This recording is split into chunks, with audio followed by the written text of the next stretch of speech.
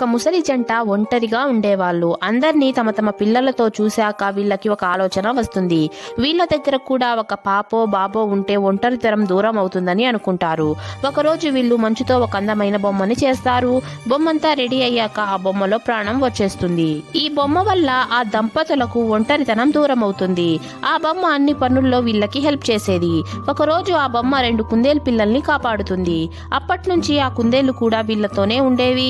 ఒకరోజు ఈ బొమ్మ కూర్చొని ఉంటే కొంతమంది పిల్లలు వచ్చి ఆ బొమ్మని పిలుస్తారు. ఆ ముసలి జంటకి చెప్పి ఆ బొమ్మ ఆడుకోవడానికి వెళ్తుంది.